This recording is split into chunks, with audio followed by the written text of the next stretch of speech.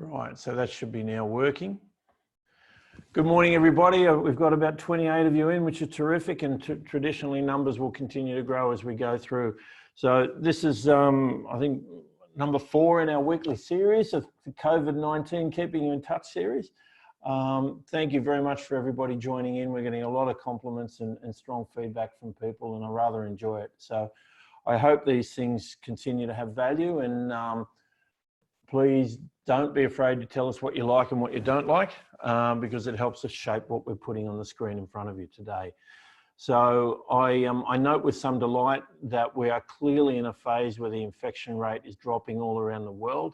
Places like China, America and so forth, and even to a certain extent Japan and Sweden haven't got it under control, but it's pretty evident that Australia has, which is great news.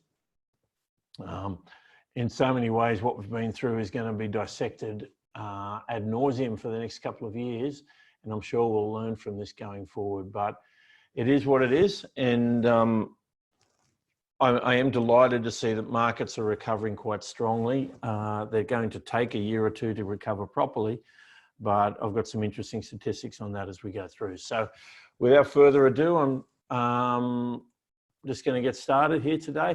As usual, we have a poll question box. So you just, if you look at your the window you're looking through, there's a little chat box. Today, I'll come to that in a second. We're going to cover the markets. We're going to just quick rehash on the stimulus package. To be honest, that's more for your kids probably than you. Going to look at some very positive curves. I'm just going to give you flat out Gil's opinion. I've been talking to a lot of people, and there's a lot of interesting commentary out there, but I know a lot of people that own their own business, are very senior in government organisations around the country, and those perspectives I find quite interesting. So I'll finish on that towards the end, and please, the more questions you ask, the more we enjoy these sessions. So a little bit of housekeeping. I don't think any of these have lasted less than 30 minutes, so we're going to do our best. There's a chat icon underneath your window. So here with the chat icon, please select that and ask any questions. Chris Neal will be monitoring things, and make sure I deal with those towards the end. If you're having any difficulty with sound, try turning off your video in the bottom left-hand corner of your screen. It does help things. As in the previous weeks, this session will be recorded, and of course we'll be emailing the that link out to you so you can watch it. Now, as usual, this is a general conversation. We're going to give you our best advice and try to make it as relevant as possible. But if something really rings a bell for you, we really do invite you to call us directly and talk about how it impacts on you personally. So market update. The Aussie share market is recovered 20% from its low, which is terrific. It's still, however, down 23% from its peak. Now, those numbers don't add up to 43. The market, I think, fell by 31 or 32%, but it still had quite a strong recovery. The good news in so many ways is it's actually only down 12% from where it was a year ago. So in terms of the kind of correction we've been talking about with clients for some time now, this is about where we thought we might be. I'd like to see it go up another 10% or so from here, comfortably back to the 6,000 point. And then I'd say that most of the market impact of this coronavirus has probably been filtered out. Most retirees don't need to worry about unemployment and things like that. So what really is of concern to them is how their portfolio are going. As usual, in the US, the market's recovered a little bit more than it has here, and it's fallen a little bit less from its peak. The US just seems to do that. It's actually only down 4% from where it was a year ago. So in so many ways, the catastrophe that if you use that word that we're going through, is now filtering itself out of investment markets back to a more normal correction. I still think it's going to be going up a fair bit from here, which is good news, but it isn't quite as terrifying as perhaps we'd have thought a few weeks ago. Why is this happening? How do the stock markets work? Did a quick bit of research.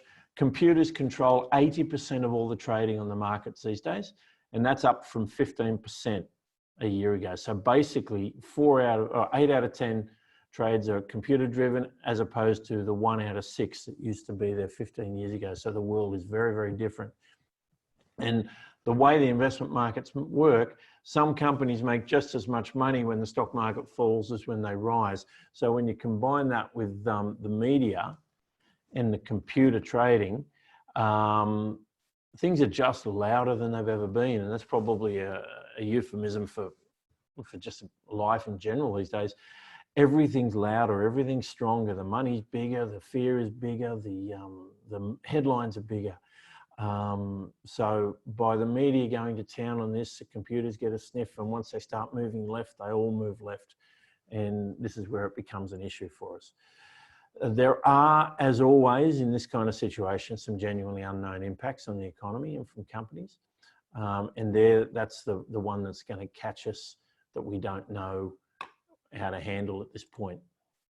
So if we look at stock markets, this was yesterday, right? A very strong day in the stock market yesterday. It was up 100 points, or about 2%. These days, 2% increase or decrease is almost nothing.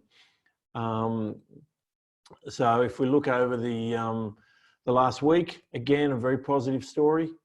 If we look over the last month, it's a bit more choppy, but again, still positive. The bars down the bottom here are the trading volumes. They're interesting as well.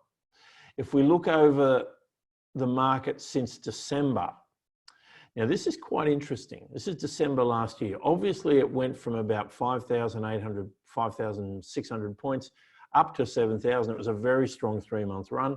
It then collapsed. But seriously, we're back somewhere near where we were only 4 or 5 months ago in the stock market, which is an interesting perspective on things. If we look at the government response, and I'm not going to spend a lot of time on this because this has been the subject of 2 or 3 previous sessions. Your children are able to access their super up to $20,000 over the next few months. There is, and this is one of the ones we're being a bit delicate thinking about it, but there are suggestions that some of the industry funds are very heavily invested in direct property assets and things like that, and that there is a fairly major reevaluation coming their way now. So intuitively, if your kids were thinking of accessing the super, there's actually a reasonably strong argument to do it sooner rather than later, because I suspect that there may be some government forced revaluation on some of the super funds, and the people left behind may end up getting a slightly worse outcome than anyone who moves earlier.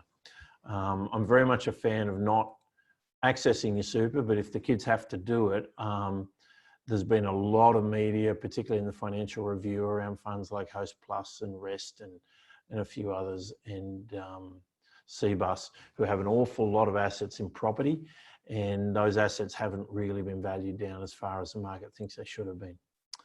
Now, to get access to the money, you go to the MyGov website through the ATO. As I said, there's some liquidity questions. Liquidity means that it's going to be difficult to get your money out. Depending on the fund and depending on the circumstances, it may not be an issue or it might be an issue. It's just a general commentary there. To be eligible, you have to be unemployed, eligible for job seeker payment or parenting payment, and have been made redundant after 1st of January 2020. If the business hours are cut back or your small business turnover is reduced by 20% or more, that's if you're self-employed, you can access it this way. So those figures and information is out there for most people to find, so I won't spend too much time on it now. Now, one thing that we're talking about with virtually every client in our annual reviews at the moment is the government has given you the ability to reduce the amount of money you're drawing from your pension if you can sustain the lower income.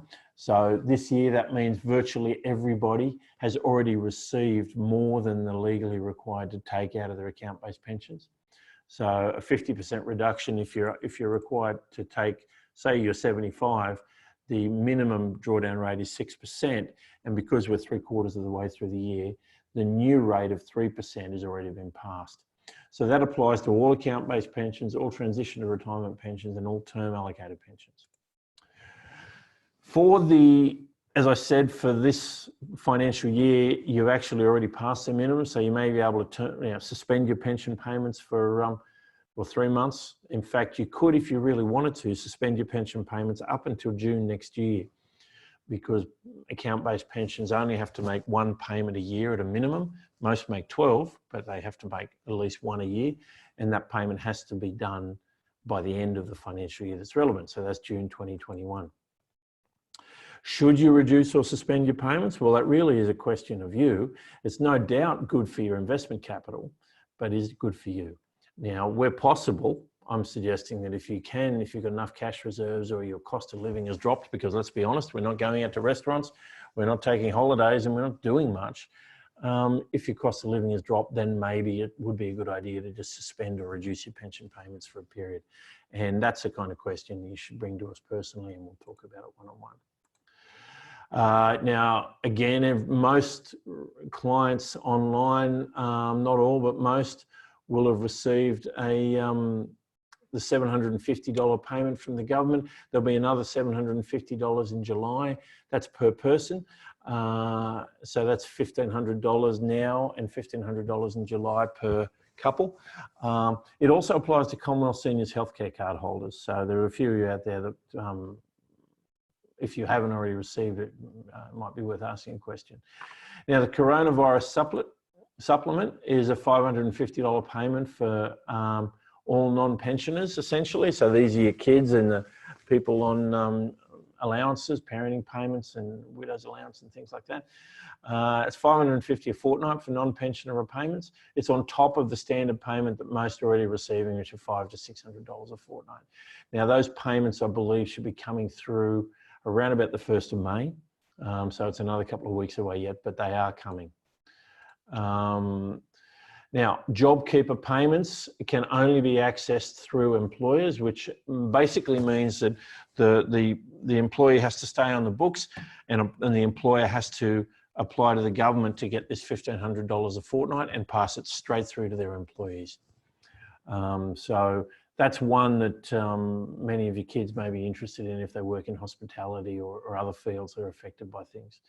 For example, and I'll talk about this later, construction is not a field that's affected tremendously at the moment, but if they're working in residential construction, I think in 3 months' time, you're going to start to see some of your kids struggling to get full-time work, if not being laid off for a period. What are our thoughts on things? The government's giving this money so that you'll spend it and keep the economy ticking over. So I'm loath to sound too ideological here, but I think our job here is to actually spend this money. Your cost of living will be reduced for some time. So if you can, reduce your pension payments to assist in the longevity of your money. Stay invested where possible. Most of us have covered that in the previous seminars and one-on-one with clients, that the best thing you can do is stay invested. And those graphs I showed you earlier prove that had we got out when the panic was at its worst, you'd have missed a 20% recovery. And for better or worse, the governments and the stock markets of the world are doing their very best to rebuild what is an unfortunate situation. So in all probability, extremely high probability, the markets are going to recover quite strongly from here as well. Okay, so let's have a look at some of these curves. I'm rather a fan of this particular curve. It's the Our World in Data website if you want to look at it. It shows the tracking of the various countries around the world. So we've got the United States, Spain, China, Australia, South Korea. The interesting thing that I've noticed here is that the couple of countries that actually haven't done much work in the social distancing field, which is the United States, Sweden, and Japan, their infection rates continue not to curve downwards. Japan's is essentially a straight line. Sweden's is fairly straight. United States has started to slow lately, but only just in the last few days. Now, that's not to say that being infected means the end of the world, because they're reporting every infection here. The number of people in Australia in ICU, I think, is 250 odd people, which is about 2.5% of the number of infections, maybe 3%. So the graphs tell an interesting story that, for better or worse, social distancing does work. It does slow the infection and create an environment where the government can at least maintain the healthcare to our population. You know, we're seeing, and it's going to be a fascinating story in the United States, whether they come to the realization that healthcare may in fact be a national security issue, because, you know, whether one looks at this as an unfortunate accident or maybe something more malicious, the reality is these kind of infections can be very, very dramatic in their impact. But I've got, via my brother, some connections with some people in South Korea, and their story is actually really quite positive at the moment. I'm not totally convinced that this graph for China is totally flatlined. As you can see, the South Korean one is drifting up slowly. But it does tell some good stories about the actions that the Australian government has taken. And if we remember last week's seminar on the Great Depression, one of the single most important factors in avoiding serious downturn is a strong and decisive response from the government without any dilly-dallying around from the opposition, which is exactly what we've seen in this country. So yet again, I maintain, and I'll defend this until I die, we live in the best country with some of the best healthcare and the best leadership of anywhere in the world. And you can compare that to most in the world here, and our graphs are looking pretty positive. Now, what's going on in China? This is an interesting graph. The coal consumption, and this is for the period after, I think, about 24th of January, so it's leading into March. The coal consumption when coronavirus was at its worst, which is in mid-January, took a fair drip down as it led into the end of the financial year, or the colder period. But it has recovered quite strongly, not as strongly as the previous year, but we're seeing the Chinese demand for coal is still recovering at a relatively healthy rate. And clearly it won't be too long if that curve continues before it's back where it was last year.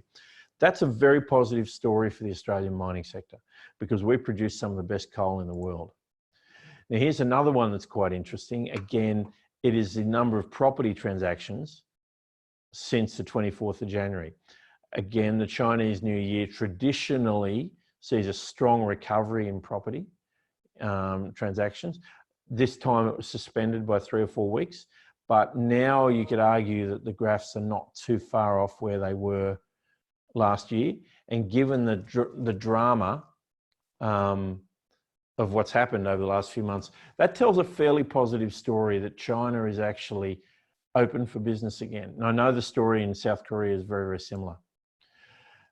This is one of my favorite indices, which is the Global Steel Index. I call it, it's almost a construction intention or an economic intention.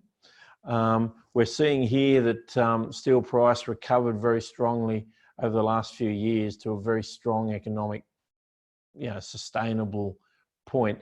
It definitely dipped in the new financial year. There's no question about that, or in the new calendar year, but it has recovered. If we look at that particular little spike right there, it has recovered quite strongly in the last few weeks.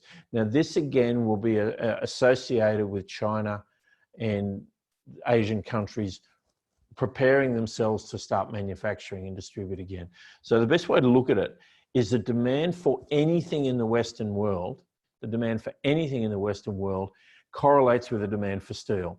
You can't have a television, you can't build a house, you can't buy a car, you can't buy a computer without there being steel in it. So what we've seen here is a decline in the market associated with people's uncertainty. But then once China got itself in gear and started to plan again, in the next slide I think you're going to enjoy, it shows that the demand for steel is recovering to a positive level.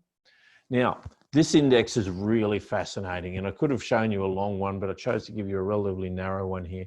It's the Chinese Purchasing Managers Index, okay?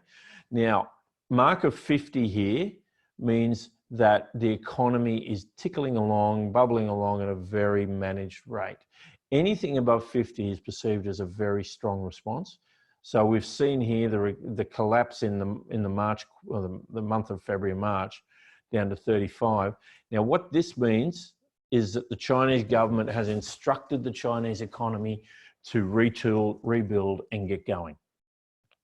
Now, I'm not totally trusting of every piece of data that comes out of China, but that is such a dramatic recovery. It is clear that the Chinese corporate world is buying and planning to buy coal, iron ore, gas, nickel, molybdenum, uranium. Everything that this country produces is associated in a positive way with that recovery in the PMI index. So keep a sense of positivity here. There's no question we've seen a really nasty kick from January through to now, but the intention certainly of China, who is our biggest trading partner, is to get the ball rolling again. So by all means, come back and ask me any questions on this. Now this one's a little bit fuzzy, but it's the best graph I could find. You may remember a few weeks ago I talked about the LIBOR rate, which is the interbank lending rate. Now, if we go back to global financial crisis times, the rate that banks charge each other when they lend money to each other skyrocketed in the GFC. This is this weird blowout here where the banks said to everybody, look, we don't know whether we can trust you. We're going to charge you a very high premium to borrow money. And once the governments of the world said, nope, we're going to back our banking system, nobody's going to be allowed to go broke, the rate flopped down to zero and stayed there for quite a long time. Now, this period here was associated with a lot of government intervention, a lot of government, what's called quantitative easing, which is printing of money. And that period from 2010 through to 2016 was the period of QE, if you remember some of the previous webinars I've given. Now, this recovery here was largely associated with the government intervention working in Japan, China, Europe, and America. And as a result, interest rates in those countries started to move positive, particularly in America. And that's why the interbank lending rate went up. Now, it's plummeted here in line with the COVID-19 response from governments, which is to cut interest rates all around the world and to create economic stimulus, which will hold the countries through a period of 12 to 24 months before the economies rebuild. The bit that I love here is there is no positive spike like there is this way. This is nothing but a downward trend. What that means is the banks are not worried about lending money to each other. There is no fear in the banking sector in terms of lending money to the Korean banks or the Chinese banks or the German banks or the UK banks. And that is the absolute, if you pardon the comedy reference, the flux capacitor of the Western economy is the free flow of money around the banking system. If the banks lend it to each other, then the banks will lend it to homeowners and they'll lend it to businesses. And that keeps the economy ticking over. So we're not seeing at all a spike in bank nervousness at all, which is a really positive sight to see. So I have mucked around with my slides here, so I might have to just, I didn't get the animation right on these slides. So this is stuff from just this morning. The IMF forecast, the International Monetary Fund, is predicting a 6.7% contraction in our economy this year. I think we're already seeing it. We know that. No one's buying cars, no one's buying houses, and no one's going to restaurants or movies, right? But next year, they're expecting the economy will expand by 6.1%. Now, that's a phenomenal growth rate. That's almost like China or India. But largely, that's going to be off what they call a V-shaped recovery, meaning, yep, it's plummeted, right? We're not into the worst of it yet, but we will be over the next 3 months. I'll show you some slides on that in a second. But they expect the recovery is going to be fairly quick as well. That's what they're talking about on the TV. You're going to hear three phrases a lot over the next few weeks as our media moves on from infection rates to the economic impact. The first one is the notion of a V-shaped recovery, down and up quickly. So that's largely what the IMF's forecasting here. The other kind that is, reasonable is what they call a U-shaped recovery, which is down, flat along the bottom for a while before it recovers. But again, both of them have got fairly steep sides. So rapid fall, nothing happens for a few months or quarters, and then it recovers strongly. The other one that you may hear talked about, because the media loves to scare us, and I don't know if I'm allowed to say this, but if you define a terrorist organization as a group of people whose sole aim is to scare you and modify your behavior, then I think Channel 9 and Channel 7 have got a lot to answer for. The other one you will hear is what they call an L-shaped recovery, which is down and flat with no recovery, no uptick in sight. I actually see that as a very remote case, because the governments will keep investing money and spending money and printing money until the curve turns positive. So China, the IMF forecast is actually going to have a positive year. That's because the Chinese economy is really responsive to government intervention, far more responsive than Western economies. So they're predicting positive. India, they're predicting an even more positive recovery in India. And I think that's largely because they're kind of used to these kind of plagues and horrible things. New Zealand, for our little brother, if you will, they're expecting it to be slightly worse. Now, the reason they're expecting that, I think, this is Gil's take, is that Western economies are far more based on services. Services are restaurants, movies, tourism, accounting, legal services, all those sort of things. Those services in the Western economies are substantially under pressure right now, whereas China and India are more manufacturing-based economies, so they can take a 2 or 3 month break and then recover from it.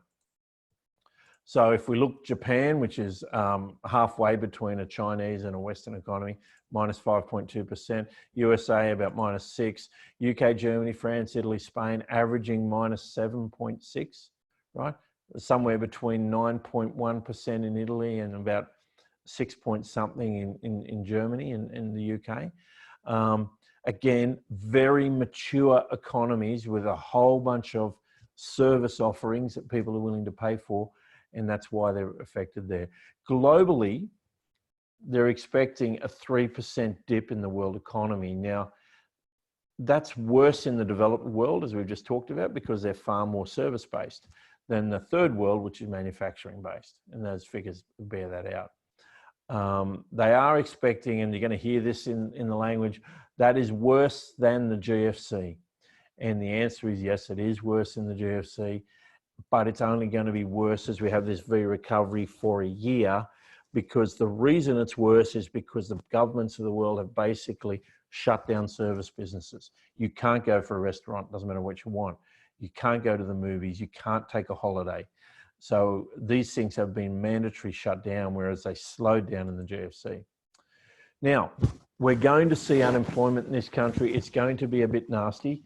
The media will start talking about figures of 10% unemployment in about a month or two's time. And that's because that will be the worst of it. At that point, the economy will be restarting. We will be back at work by then, or substantially anyway. They're not going, and this is my opinion here, we're definitely going to see government restrictions for the remainder of this year, but I don't think we're going to see the complete social shutdown that we're seeing right now. And so the worst of it will happen in June, July-ish. They're saying an average unemployment rate of 7.6 in 2020, 8.9 in 2021. Now that does mean some very, solid home truths. Your grandchildren are going to struggle to find work for a period. Your kids are going to struggle to get any growth in wages, because whenever there's a large number of unemployed on the market, wages don't grow. That's been a problem for the last few years anyway. Now, many of you, and I'm looking at a lot of the clients online now, you remember what it was like it was hard to get a job, unlike, my kids, for example, they want a job, they go and apply for one and they get it. All they have to do is be well dressed and not swear at the employer. It's going to be hard again for a year or two. And I think the older generation may take a kind of perverse delight in that a little bit, if it wasn't for the fact that these are our kids and our grandkids that are going to be affected. So what I'm going to do now is give you my opinion, and read the disclaimer, please. It's most definitely not the opinion of RI advice. But I like to do my research, and my conclusions might be completely wrong. I've never been Prime Minister, even though I wouldn't mind a shot at the job. and I've made some funny cracks there. And Chris, I know, doesn't like it when I go out on a limb like this, but I just want to tell you what I think is going to be happening from here on in. So this is my opinion. It's one man's opinion. It is most certainly not personal advice, but let's have a go anyway. Government and the economy. Unemployment's going to become an issue. We talked about that. There will be no real wages growth for a year or two at least. Expect big spending plans from the government. They haven't finished making these announcements. They will be spending money on infrastructure and creating jobs. And a lot of that will come in the form of tax cuts as well to stimulate the economy. Now, there's going to be debate right now whether they should raise taxes to pay off the expenditure or whether they should cut taxes. Sorry, did I say raise taxes to pay off the government spending, or whether they should cut taxes to stimulate the economy. My instinct is they're going to follow the American model, the Donald Trump model, cut taxes and print money. It's going to be an easier way of getting out of the economic situation without making the average working man vote for the other side, which the politicians are always going to be like that. I think we're going to see massive spend on the infrastructure, and if this thing has proven anything, a fast internet is one of the most important things that our society needs now to keep economies ticking over. So I expect we're going to see spending on the NBN and the 5G system as well. So we're all going to be getting new phones like this, which have 20 times the speed. Sorry, this isn't a new phone, but you're going to have 5G, which will be 100 megabits a second instead of the 5 megabits a second you get on something like this. So expect a new NBN rollout. My gut instinct on the social distancing is by the beginning of May, we'll start to loosen up. I might be wrong. They may hold it out until the end of June. But one of the things that's true is that the longer you shut it down, the harder it is to restart it. There's a momentum to all things. You can all take, the country has basically taken almost a 4-week holiday. If they keep it in place for 3 months, that will have extremely heavy impact. Businesses will open strong. People and a lot of the bigger companies will invest and get their workforce going again because there's a social compact here. If the government's going to protect them, then they need to employ people. But it's going to ease, I think, by Christmas time or in the new year. So you're going to start to see this big rush of spending, big rush of high-level corporate announcements where people say they're going to be awesome employers. But watch next year, it's going to ease off a little. We will have a recession. Now, if you remember last week, we talked about what a recession was. A recession is last year we earned $100,000. This year we earn $99,000, and next year we earn $98,000. A recession is not a depression. A depression is where last year you earned $100,000, this year you lost your job. All right? So you're not even remotely in the same field you were before. We're going to have a short, nasty recession with strong unemployment, but jobs will be created. In fact, it will be the only agenda of the government, will be creating jobs. Now, this one is not going to get any media press, but it is the reason the Australian economy has been the darling of the world over the last 25 years is immigration. We all know that it creates social pressure. We all know there are tensions associated with it. But the reality is our properties have increased in value. The demand for property has increased. The jobs associated with that has increased because we have, pound for pound, the largest immigration rate in the world. So expect the government to loosen the reins on that a little bit. It will be done very quietly. You won't read about it in the media, and the politicians won't fight about it too much because this one issue has been responsible, along with the resources boom, for Australia's economy surviving quite nicely for many years. Retail. Supermarkets are going to stop hiring soon because the insanity of toilet paper will pass. Many names will close. I don't think Myers is going to survive, right? I'd be surprised if DJs and a lot of those firms, Target and so forth, come through this unscathed. But at the moment, Myers is trading at some ridiculous discount to what it initially listed. Online shopping is going to boom. That's no news to anybody, but it will have a negative impact on retail. Cars and caravans, they're about to get cheaper. I think you're going to find that there's a lot of people sit on their money for a little while. So if you've got the money, and we've had the kind of conversation that we have with each of our clients, which is how long will your money last? So please, before you go and make any large spending plans, come in and sit down with us and we'll do some forward projections. We can look 5, 10, 15, 20 years into the future to make sure you can afford these spendings. But if there's a car buy coming up, I think you're going to find they get cheaper.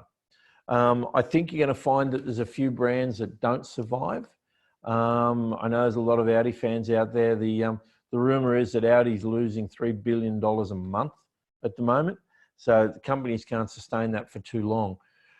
So there's a whole bunch of what I consider marginal brands that I think won't survive. I think we're going to see a lot more Chinese vehicles pushed onto the market because the Chinese are fairly good at not wasting a crisis. But likewise with caravans, I think. Housing, this is going to be an interesting one. At the moment, it's slowing unevenly. I know in the Maitland district, there's still plenty of sales and bits and pieces going on. But if you talk to the lawyers, the amount of sales that are settling in a month and 2 months' time has dropped off dramatically. I know that in Sydney right now, the property market's slowed quite a lot, to the point where some of the big developers, and I've got some friends that are developers, big developers are simply not doing anything. Why would you put money into something when you don't know where you're going to be in 6 months? If you've got money in the bank, sit and wait for a while. The banks will not be too quick to lend you money. And this is going to make it a little bit harder for our kids for the next year or two, because saying, oh, I've got a job doesn't mean that I will have a job in 6 and 12 months' time, because the economic situation is so uneven. People don't quite know what this means. So the banks aren't going to, they'll support people that have loans, but I don't think they're going to make it any easier for young people to get a loan. New housing construction and sales will stop and slow down quite dramatically. I hope that they'll be starting again by the end of the year. But I do know that certainly in Victoria, I know this figure, it's probably true for New South Wales, the state government revenue is 50% of state government revenue is associated with property sales, stamp duty and land taxes and things like that. So it's very much in the state government remit to keep the property market strong. Now, so much of the employment in this sphere is a federal government field, but I think what they're going to see, you're going to see a lot of the state governments going to deficit, and the state governments are going to be either issuing bonds because they can't print money. So you're going to see a development of a lot of state government debt for a while, which will result in state government fees and taxes going up. But the quicker they can get the property market restarted, the less that impact is going to flow through. But it'll be real. Existing house sales will slow to a crawl. That's certainly happened in Sydney, and as I said, it's slowing down around here. Tradies will soon be running out of work. Now, a lot of them are still finishing off the jobs that they've got at the moment, right? But I think in 3 to 6 months' time, if you're thinking about renos, bathrooms, kitchens, back decks, I think you're going to find that the tradesmen will be returning your calls. Because I don't know what it's like for you guys, but they don't tend to return my calls. They're not overly hungry for work. But I think that will be different in the second half of the year. It's probably not a great time to sell, but it is, if you've already sold, it is a great time to sit on your money and just think about waiting for a few months. There are going to be a whole bunch of residential properties coming up for sale at a very good price, I feel, because it doesn't matter what the government says, it takes 6 months for something like this to work its way through the system. And I know from personal experience with the property I'm buying, there was a massive drop in price when they just realized that there was simply no one out there buying. So we look at hospitality and tourism. Restaurants are going to reopen in a month or two's time, but you're going to have half the number of patrons in there. Now, that may mean an increase in prices. I'm not sure. International tourism simply won't exist this year. Why would the government open the borders? I mean, it's just not going to happen. But domestic tourism, I think, is going to reopen much quicker. And to be quite honest, I feel there's an element of patriotic duty that if we do want to get away, stay Australia. I know I intend to do that as well. I think that there's going to be some terrific cruise ship opportunities. Although I'm not sure how many people are going to take them up, but I do suspect that we've joked about cruise liners being floating petri dishes for years, but let's be honest, it's cost this country money because of those cruise ships in Sydney. So I think that those ships are going to end up with a whole bunch of new laws around how they need to maintain hygiene in the ship. So I suspect it's going to be an interesting time. But at this point, I'll open this up to any questions. Chris, if you want to come online, I haven't seen any questions. Largely, the government is doing everything they can, and the markets will do everything they can to make this last for as short a period as possible.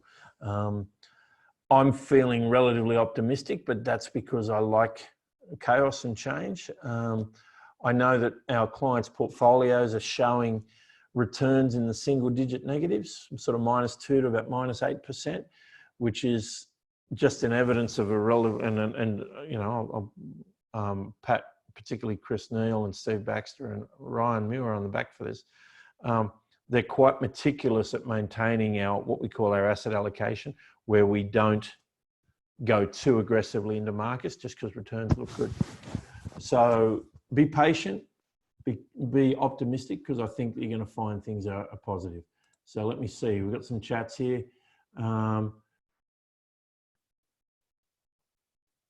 So from Mick Gallagher, a bit of a push for make it in Australia and don't buy China at the moment. Do you see any of that gaining momentum? Yes, Mick, I do. I think we're going to see a lot of jingoism. But the reality is we don't make cars in this country. We don't really make tiles. We do make a bit of steel. So there is going to be a very powerful Buy Australia movement. I don't think retail is going to be a really interesting question. Which companies survive?